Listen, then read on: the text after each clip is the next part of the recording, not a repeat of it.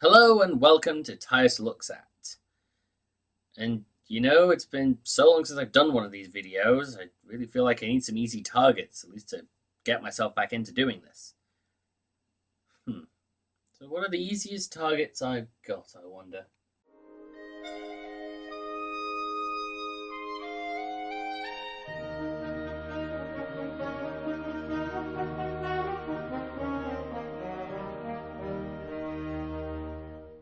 And that's why today I'm going to be reviewing an episode of Wolverine and the X-Men and Stripperella.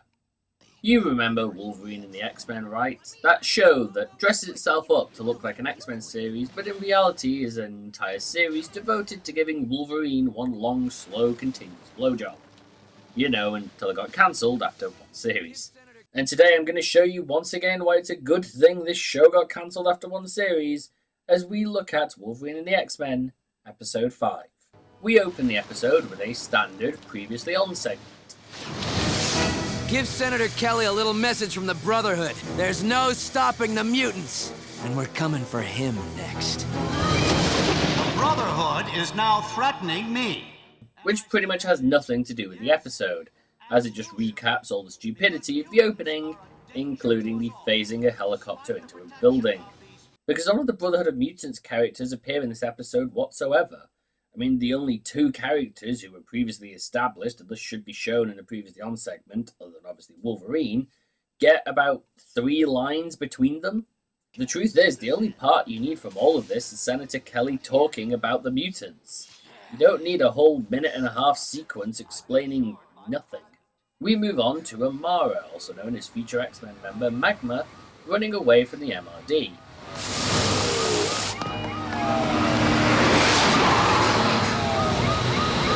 Who, despite being in trucks, can't seem to keep up with a girl running on foot.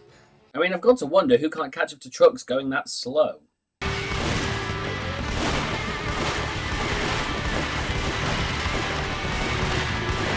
Unfortunately, Magma goes volcanic and Wolverine of course appears to save the day. Because who cares about the rest of the team, or damage control? Only he's important. That's it. That's what I want.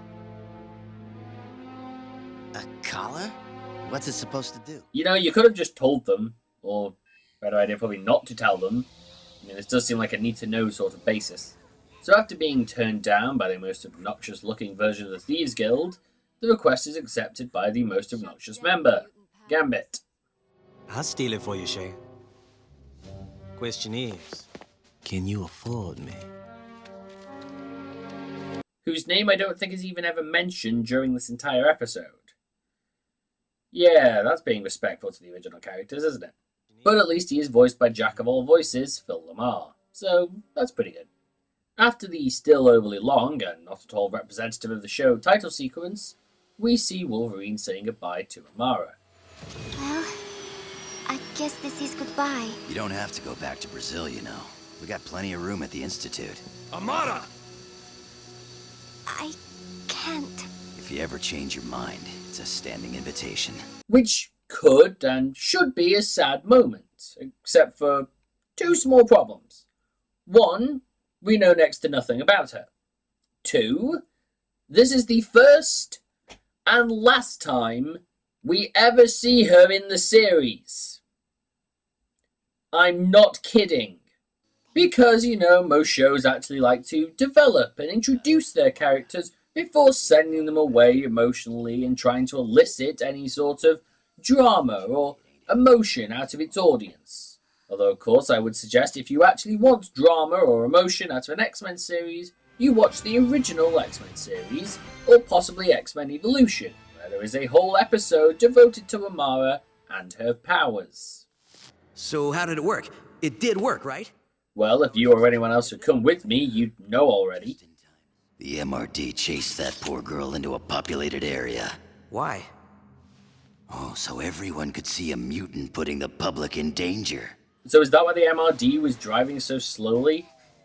And if so, why didn't you step in and stop it, as apparently you knew what they were doing? Because if you want to undo Senator Kelly's plan to damage mutant reputations, allowing them to go ahead before stepping in might not be the best idea. Because Listen to me here when I say this phrase.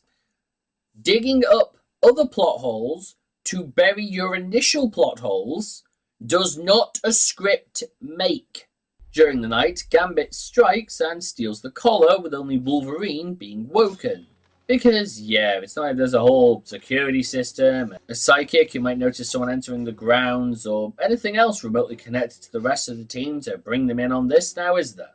And somehow Gambit was able to set off several small explosions, with the only sound being... I just realised something. This is another huge plot hole. Gambit is somehow able to break into the Xavier Mansion, which is understandable, he works for the Thieves Guild, but he knows exactly, down to the millimetre, where the collar was hidden. He can't possibly have found that out that quickly. It has literally been about 2 hours since the MRD learnt of the collar. There is no way, shape, or form he could have possibly gotten that information that quickly. Instead of course, informing everyone, Wolverine heads off on his own because the show has to start jerking him off at some point. Phase 1 complete. We have the collar. Thank you, Miss Zane.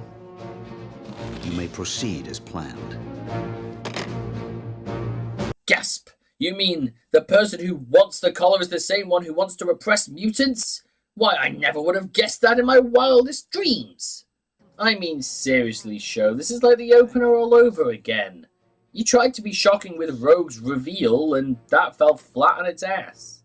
Wolverine arrives soon after, and for some reason can no longer just smell out the collar like he did with Gambit, and instead just threatens him and gets him to help. This cash.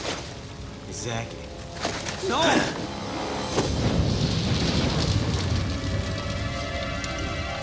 Are you insane? Well, he did just do the same thing that the Joker did in The Dark Knight. All you care about is money. This town deserves a better class of criminal. So... Probably. we see Miss Zane arrive at a secret lab, which could easily have been cut down as it adds little to the episode as a whole, and given this episode is barely 22 minutes, having padding in the middle of it is not a good sign. She gives the collar to what appears to be Gordon Freeman. Guess it'll be a few years before he works for Black Mesa and fucks everything up there. Meanwhile, Wolverine and Gambit arrive, and Wolverine asks an obvious question. What is this place? Don't know, but my client come here quite often. Wait a minute. How exactly did they find out all this information so quickly? Because once again, this is bringing up the whole time frame plot issue. Because from what the episode presents to us, the collar being seen by the MRD, Amara's return flight to Brazil, and Gambit's robbery all happen in the same night. Because seriously, show, all I'm asking for is a realistic time frame. Just a couple of days between each incident would help it not appear to be a wildly convenient plot. Wolverine and Gambit break in, as Gambit makes many a creepy face and uses his powers like a laser cutter, which makes me think the writers are going the same route as Dragon Ball Evolution.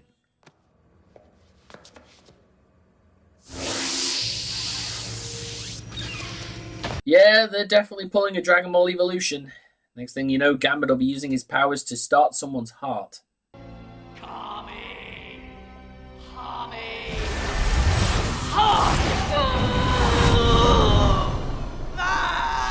So now let's play a game. How much of the rest of this episode can we skip? Because it has nothing to do with anything. Let's see. Fighting. Miss Zane should likely be killed by Gambit exploding her car. Gambit double-crosses Wolverine in a situation he could easily get out of. And then Gambit learns he's been double-crossed in his double-cross. Done! Resulting in an ending scene that looks like it should have a laugh track over it. We need better locks. Ah, well, terrific. Always end on a strong joke.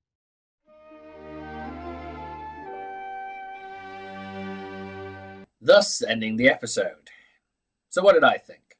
With unbelievable characters, a plot that makes a patchwork quilt look like a single piece of fabric, and all the entertainment of a root canal, this show is still just awful. No, wait a minute. That's the wrap up to Stripperella. Where's Wolverine's? Ah, there it is. With unbelievable characters, a plot that makes a patchwork quilt look like a single piece of fabric, and all the entertainment of a root canal, this show is still just awful. I'm not sure why I expected things to improve, but every issue I've had with this show just seems to follow it from episode to episode.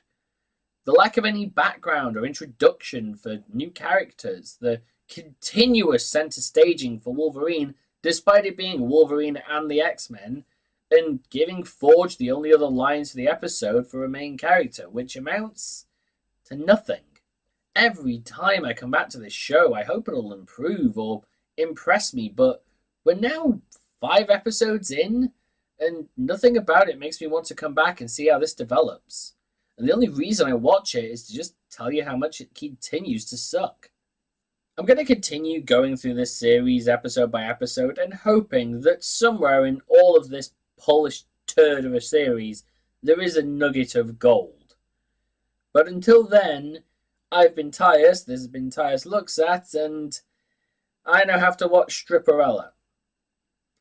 Oh boy.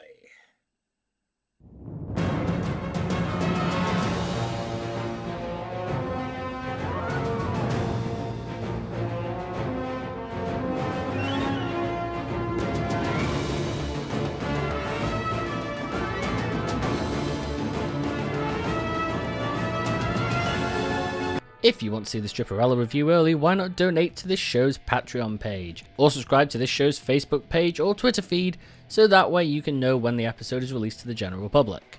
No matter what, thanks for watching.